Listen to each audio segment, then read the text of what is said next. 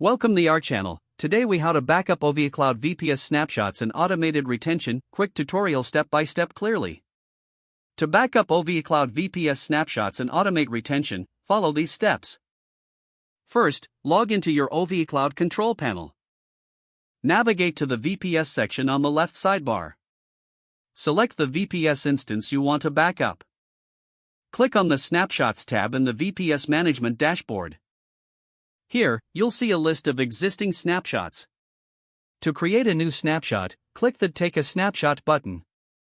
Provide a description for your snapshot for easy identification. Confirm the creation of your snapshot by clicking Confirm.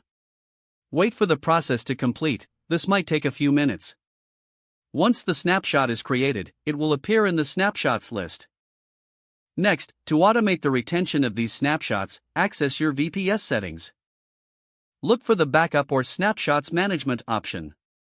Enable the automated snapshot feature if available. Set up the retention policy according to your needs. Choose how many snapshots you want to keep. Decide how often you want the automatic snapshots to be created. Save your settings to apply the new retention policy. Monitor your snapshots regularly to ensure they are being created and deleted as per the set policy. By following these steps, you can efficiently manage your VPS snapshots and maintain your desired retention strategy. If the page does not load, refresh the browser or try again in a private or incognito window. Make sure you are using the correct email address, then retype it carefully to avoid small typos. If your password is not accepted, use the reset option and create a new strong password you can remember. Check your spam folder for verification or security emails, then complete any requested confirmation steps.